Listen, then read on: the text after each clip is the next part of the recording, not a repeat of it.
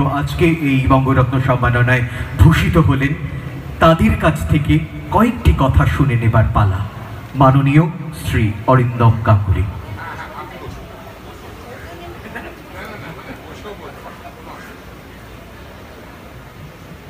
নমস্কার।